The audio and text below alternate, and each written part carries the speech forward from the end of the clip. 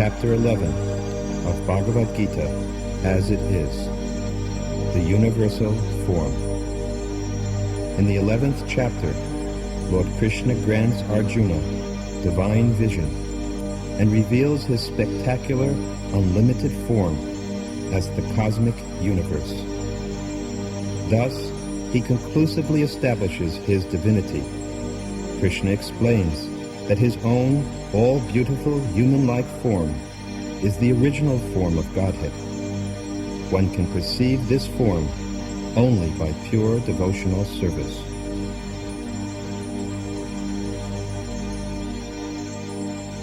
Madnugrahaya paramam guhyam adhyatma sangyatam yat tvayuktam vachhatena lohayam vigata mama. Arjuna said, "By my hearing the instructions you have kindly given me about these most confidential spiritual subjects, my illusion has now been dispelled." Bhavapyayo hi bhutanam shuto vistarisha maya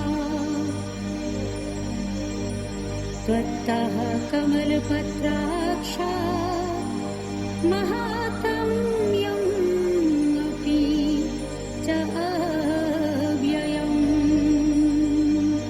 O lotus-eyed one, I have heard from you in detail about the appearance and disappearance of every living entity and have realized your inexhaustible glories.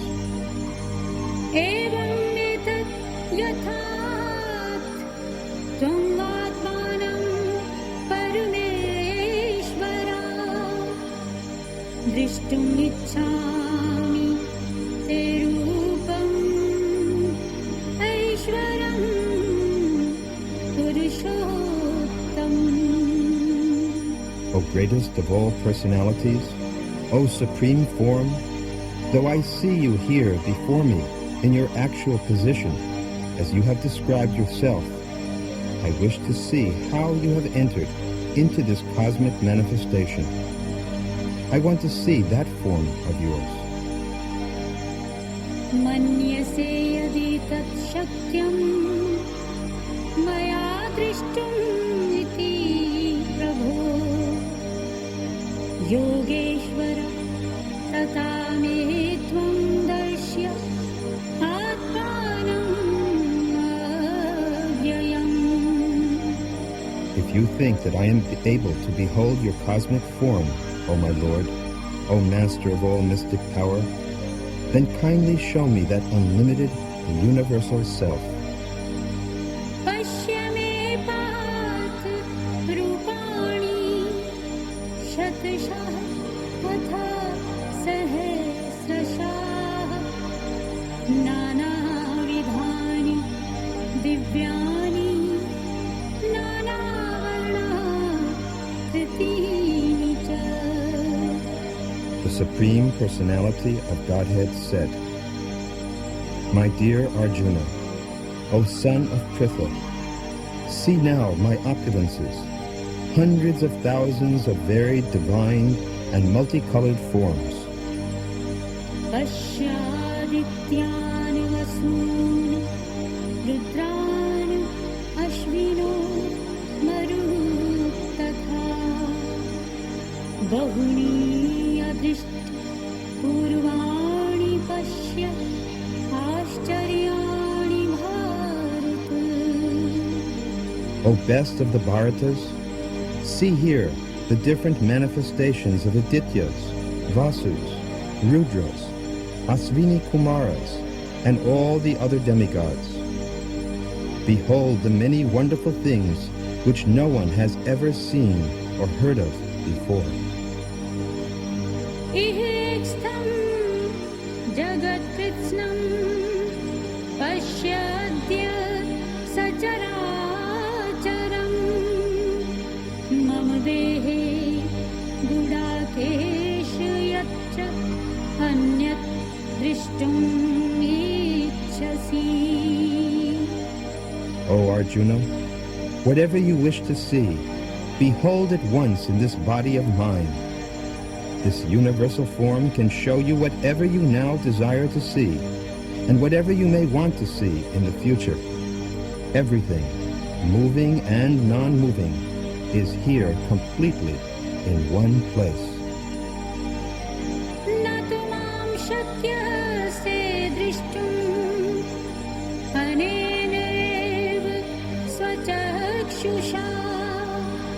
दिव्यं ददामि ते चक्षुः पश्य मे योगं ऐश्वरम्. But you cannot see me with your present eyes. Therefore, I give you divine eyes.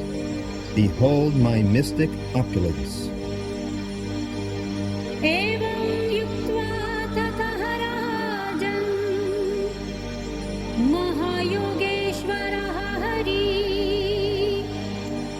दर्श्यामासु पार्थाय परमं रूपम् ऐश्वरम्.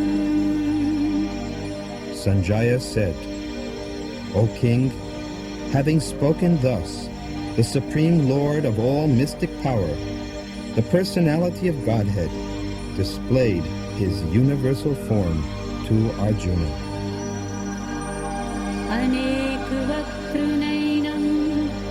अनेकाद्भुतदर्शनम् दिव्याभरणम् दिव्यानेक्योद्यतायुधम् दिव्यामाल्याम्बरधरम् दिव्यागन्धानुलेपनम् सर्वाश्चर्यमयं देवम् अनन्तं विश्वतोमुखम्. Arjuna saw in that universal form unlimited mouths, unlimited eyes, unlimited wonderful visions. The form was decorated with many celestial ornaments and bore many divine upraised weapons. He wore celestial garlands and garments, and many divine scents were smeared over his body. All was wondrous, brilliant, unlimited, all expanding. दिव्य सूर्ये सहस्रस्य भवेत् युगपत् उत्थिः तथा यदि भाः सदृशी सा स्यात् भासः तस्य महात्मनाः. If hundreds of thousands of suns were to rise at once into the sky, their radiance might resemble the effulgence of the Supreme Person in that universal form.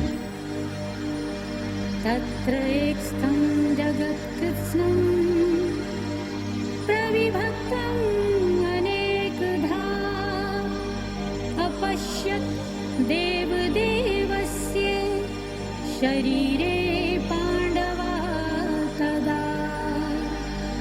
At that time, Arjuna could see in the universal form of the Lord the unlimited expansions of the universe, situated in one place, although divided into many, many thousands. ततः सः विस्मयाविष्टः दृष्टिरोमा धनञ्जया प्रणम्य शिरसा देवं कृताञ्जलिः अभाषता. Then, bewildered and astonished, his hair standing on end, Arjuna bowed his head to offer obeisances, and with folded hands began to pray to the Supreme Lord. पश्यामि देवान्तः देवदेहे सर्वान् तथा भूतविशेषसङ्घान् ब्राह्मणम् ईशं कमला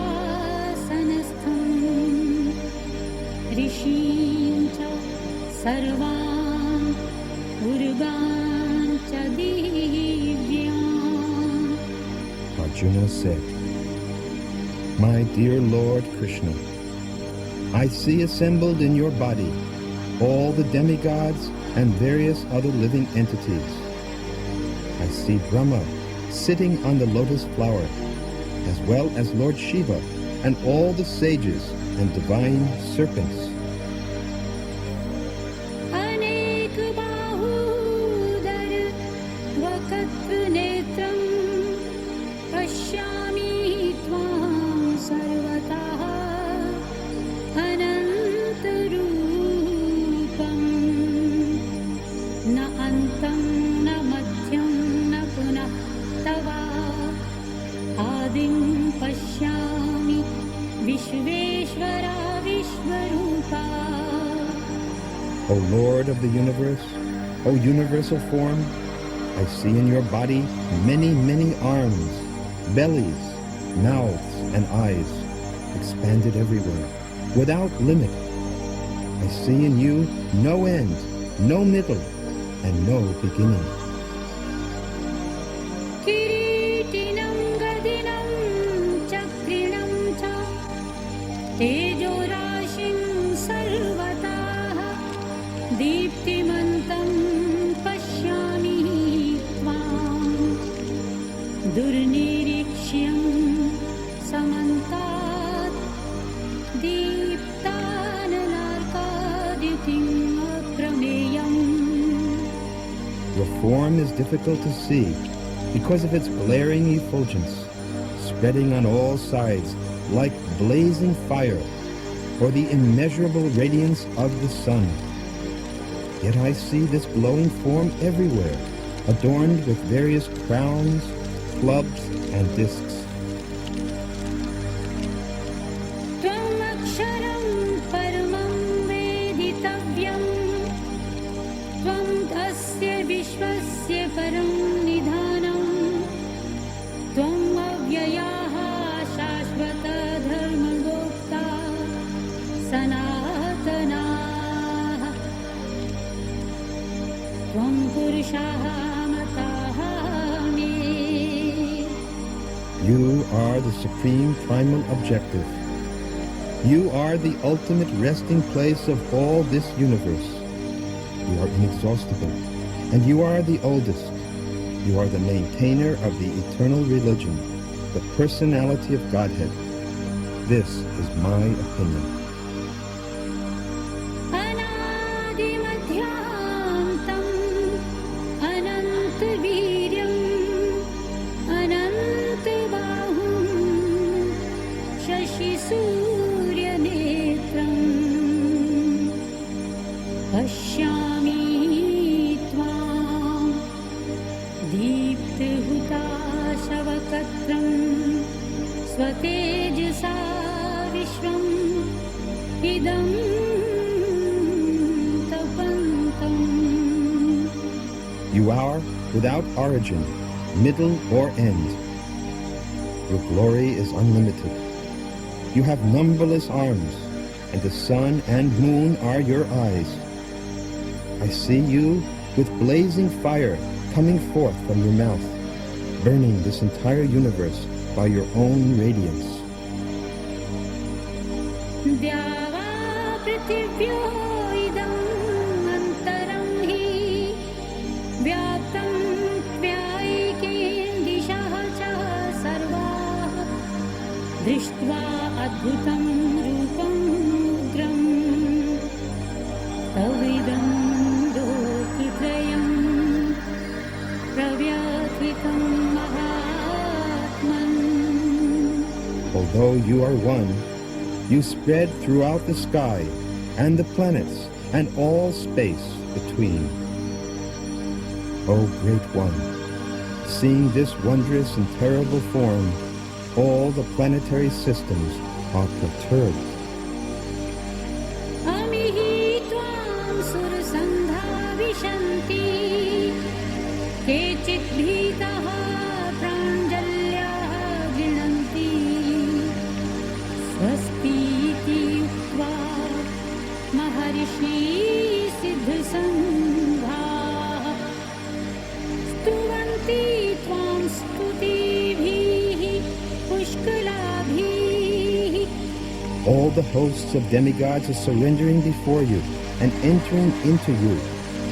Some of them, very much afraid, are offering prayers with folded hands. Hosts of great sages and perfected beings, crying, "All peace," are praying to you by singing the Vedic hymns. रुद्रादित्याः वस्वाः ये च साध्याः विश्वेऽश्विनो मरुत्ता चौष्मपा च गन्धर्व्ययक्षासुरसिद्धसङ्ख्याः वीक्षन्ते त्वां विस्मिताः च एव सर्वे. All the various manifestations of Lord Shiva, the Adityas, the Vasus, the Sadyas, the Vishvadevas, the two Asvis, the Maruts, the forefathers, the Gandharvas, the Yakshas, the Asuras, and the perfected demigods are beholding you in wonder. रूपं महत्ते बहुवक्त्रनेत्रं महाबाहो बहुबाहुरुपादं बहुधरं बहुदंष्ट्राकरालं दृष्ट्वा लोकाः प्रव्यथिताः तथाहम्. O mighty armed one, all the planets with their demigods are disturbed at seeing your great form, with its many faces, eyes, arms, thighs, legs, and bellies, and your many terrible teeth. And as they are disturbed, so am I. नभः स्पर्शं दीप्तम् अनेकवर्णं व्यात्ताननं दीप्तविशालनेत्रं दृष्ट्वा हि त्वां प्रव्यथितान्तरात्मा धृतिं न विन्दामि शमं च Vishnu. O all-pervading Vishnu, seeing you with your many radiant colors touching the sky, your gaping mouths and your great glowing eyes, my mind is perturbed by fear. I can no longer maintain my steadiness or equilibrium of mind. दंष्ट्राकरालानि च ते मुखानि दृष्ट्वा एव कालानलसन्निभानि दिशः न जाने न लभे च शरणं प्रसीद देवेश जगन्निवास प्रसीद देवेश जगन्निवास प्रसीद देवेश जगन्निवास. O Lord of Lords, O refuge of the worlds, please be gracious to me. I cannot keep my balance, seeing thus your blazing death-like faces and awful teeth. In all directions I am bewildered. अमी च त्वां धृतराष्ट्रस्य पुत्राः सर्वे सहैव अवनिपालसङ्घेः भीष्मः द्रोणः सूतपुत्रा तथासौ सह अस्मदीयैः अपि योधमुख्यैः वक्त्राणि ते त्वर्माणा विशन्ति दंष्ट्राकरालानि भयानकानि केचित् विलग्ना दशनान्तरेषु सन्दृश्यन्ते चूर्णेतः उत्तमाङ्गेः. All the sons of Dhritarashtra, along with their allied kings and Bhishma, Drona, Karna, and our chief soldiers also, are rushing into your fearful mouths. And some I see trapped with heads smashed between your teeth. यथा नदीनां बहवाम्बुवेगाः समुद्रम् एव अभिमुखा द्रवन्ति तथा तव मीनरलोकवीराः विशन्ति वक्त्राणि अभिविज्वलन्ति. As the many waves of the rivers flow into the ocean, so do all these great warriors enter blazing into your mouths. यथा प्रदीप्तं ज्वलनं पतङ्गा विशन्ति नाशाय समृद्धवेगाः तथा एव नाशाय विशन्ति लोकाः तवपि वक्त्राणि समृद्धवेगाः. I see all people rushing full speed into your mouths, as moths dash to destruction in a blazing fire.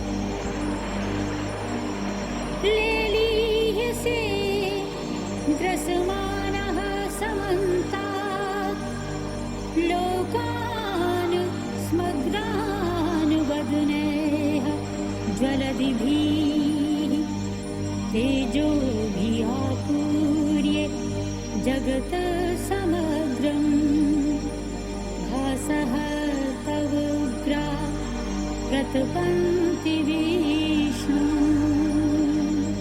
O Vishnu, I see you devouring all people from all sides with your flaming mouths. Covering all the universe with your effulgence, you are manifest with terrible, scorching rays.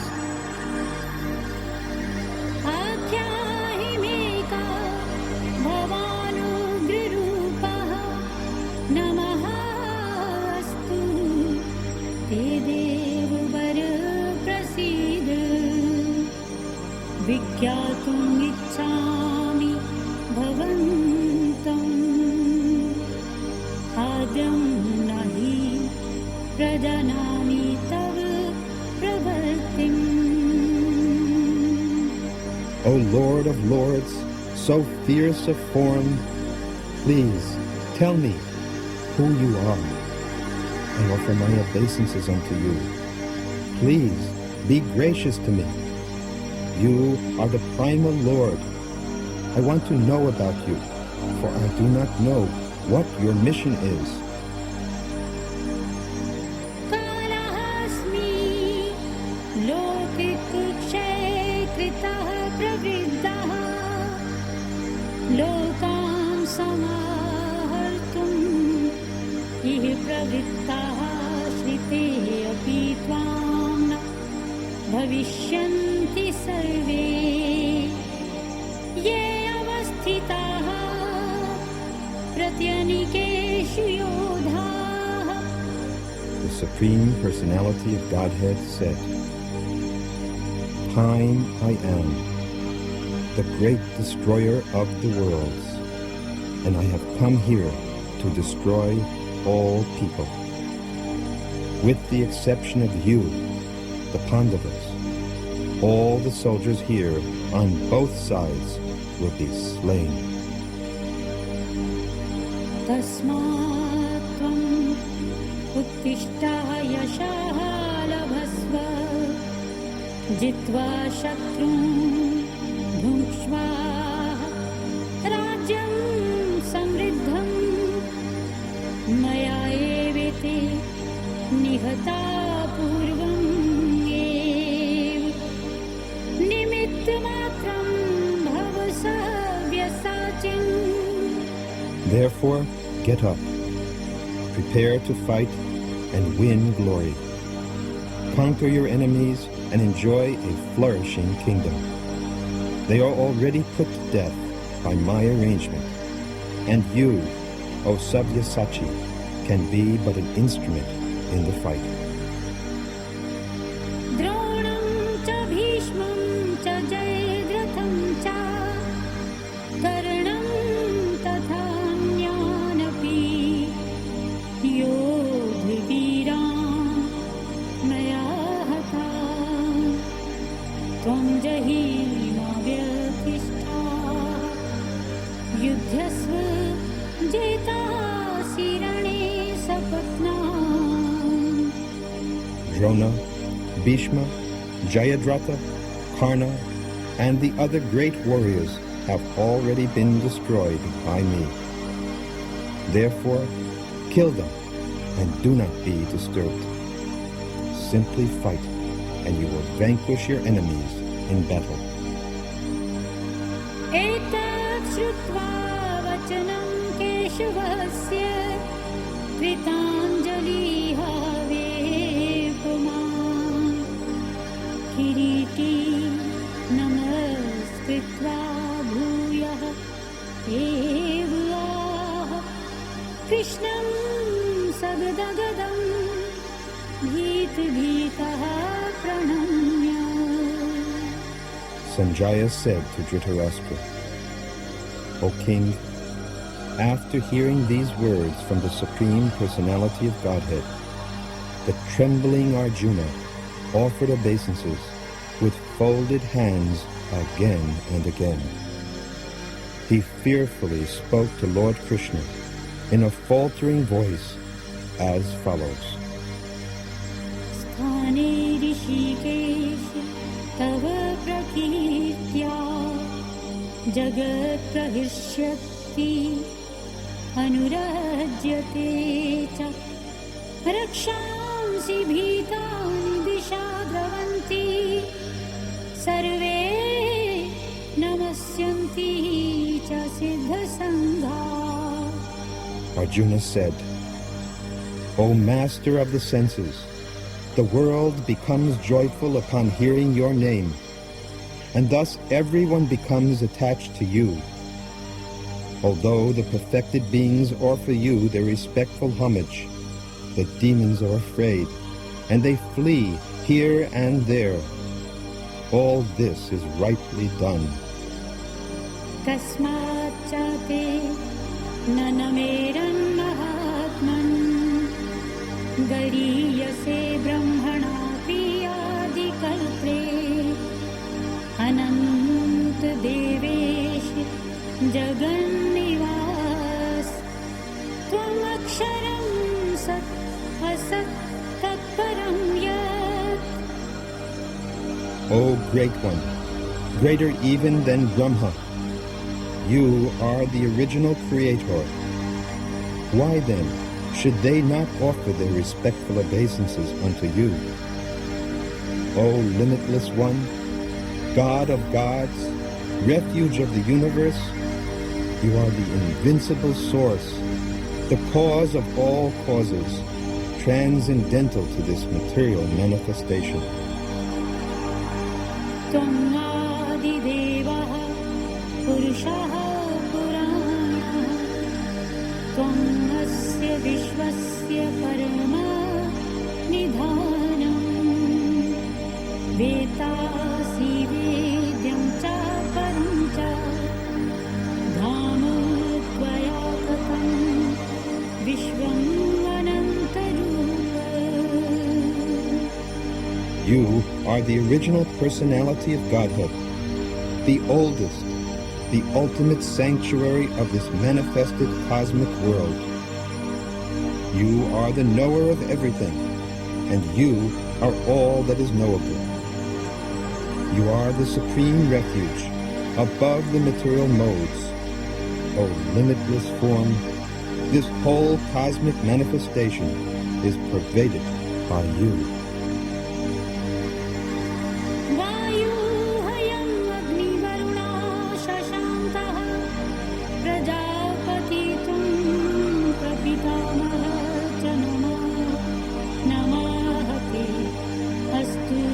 सहस्रकृत्वा पुनः च भूयः अपि नमः नमः ते.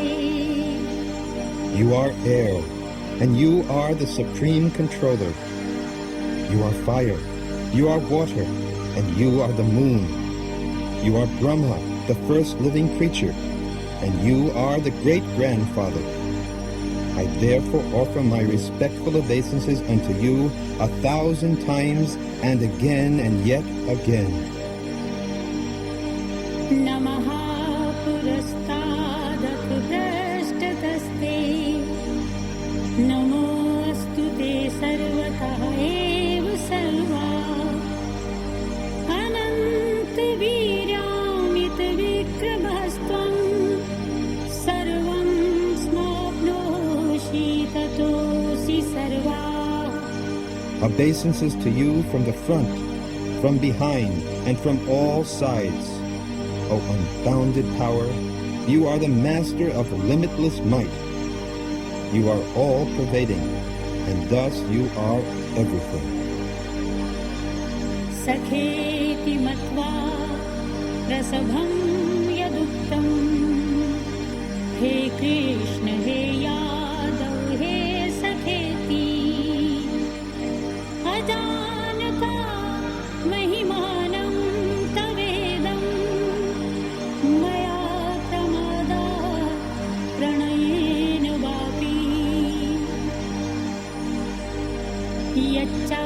यच्चावहासार्थं सत्कृतोऽसि विहारशय्यासन् भोजनेषु एकोऽत्वाप्यच्युत तत्समक्षं तत्क्षामये त्वामहं प्रमेयम्. Thinking of you as my friend, I have rashly addressed you, O Krishna, O Yadava, O my friend, not knowing your glories. Please, forgive whatever I may have done in madness or in love.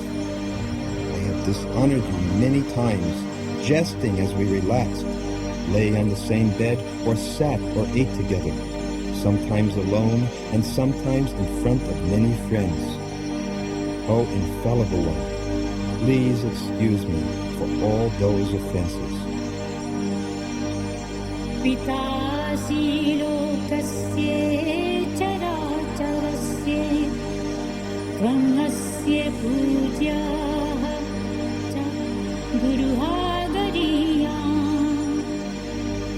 न त्वत्संहास्ति अभैदिकः कृताः अन्यः लोकत्रय अपि अप्रतमी प्रभाव. You are the Father of this complete cosmic manifestation, of the moving and the non-moving. You are its worshipable chief, the supreme spiritual master. No one is equal to you, nor can anyone be one with you. How then could there be anyone greater than you within the three worlds, O Lord of immeasurable power? तस्मात् प्रणम्य प्रणिधाय कायं प्रसादये त्वाम् अहम् ईश्वरीड्यम्. पिता इव पुत्रस्य सखा इव सख्युः प्रियः प्रियाः अर्हसि देव सोढुम्. You are the Supreme Lord, to be worshipped by every living being. Thus I fall down to offer you my respectful obeisances and ask your mercy. As a father tolerates the impudence of his son, or a friend tolerates the impertinence of a friend, or a wife tolerates the familiarity of her partner, please tolerate the wrongs I may have done you. अदृष्टपूर्वं हृष्यतिहास्मि दृष्ट्वा भयं च प्रव्यथितं मनाः मे तत्तेव मे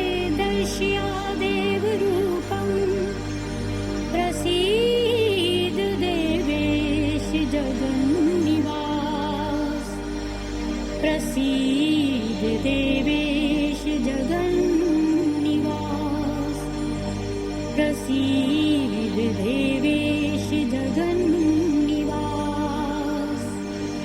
After seeing this universal form, which I have never seen before, I am gladdened, but at the same time my mind is disturbed with fear. Therefore, please bestow your grace upon me and reveal again your form as the personality of Godhead, O Lord of Lords, O abode of the universe. किरीटिनं गदिनं चक्रहस्तं इच्छामि त्वां द्रष्टुमहं तथाएव तेनैव रूपेण चतुर्भुजेन सहस्रबाहो भव विश्वमूर्ते. O universal form, O thousand-armed Lord, I wish to see you in your four-armed form, with helmeted head and with club, wheel, conch, and lotus flower in your hands. I long to see you in that form.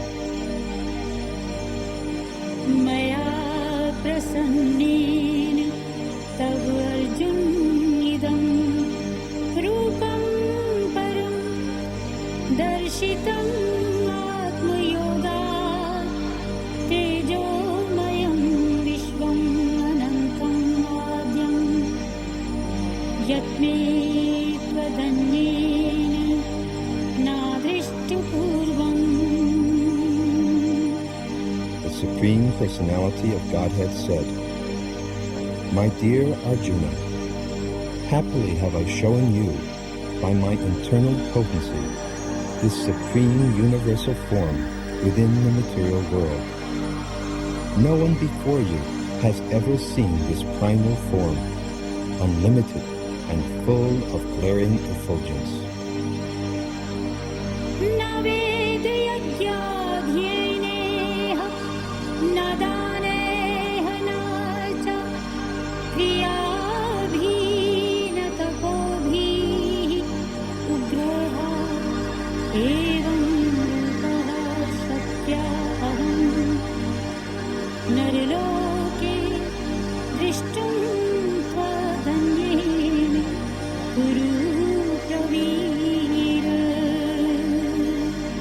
O best of the cool warriors, no one before you has ever seen this universal form of mine, for neither by studying the Vedas, nor by performing sacrifices, nor by charity, nor by pious activities, nor by severe penances can I be seen in this form in the material world.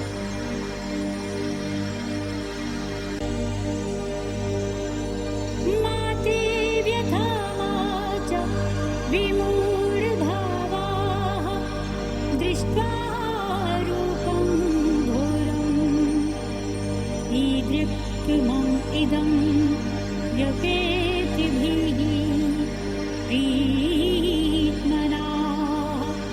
पुनः त्वं तत्तेव मे रूपम् इदं प्रपश्य.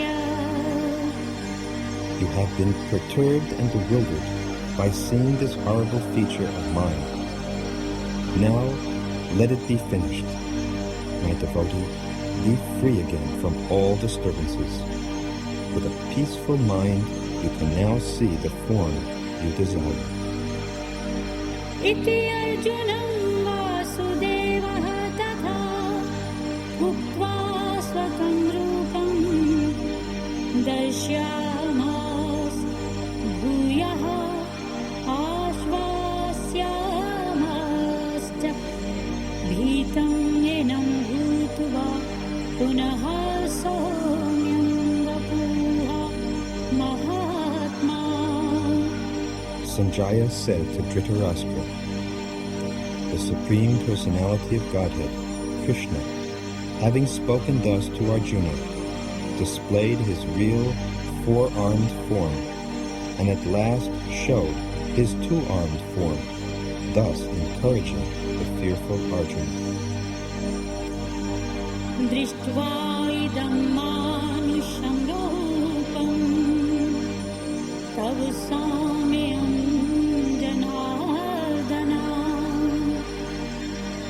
इदनीमस्मि संवृत्ताः सचेतः प्रकृतिं गतः.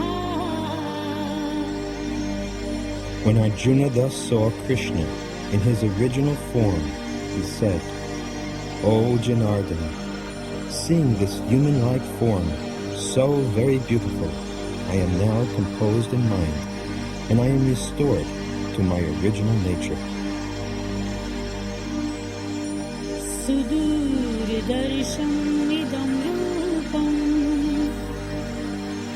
दृष्ट्वानसि यत्नं देवाः अपि अस्य रूपस्य नित्यं दर्शनकाङ्क्षिणाः.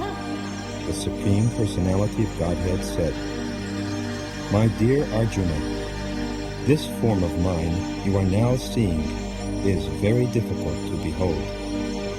Even the demigods are ever seeking the opportunity to see this form, which is so dear." Na aham vedena tapsana danena na cha ijyaya shakya evam vidha drishtum drishtvanasi mam yatha. The form you are seeing with your transcendental eyes cannot be understood simply by studying the Vedas, nor by undergoing serious penances, nor by charity, nor by worship.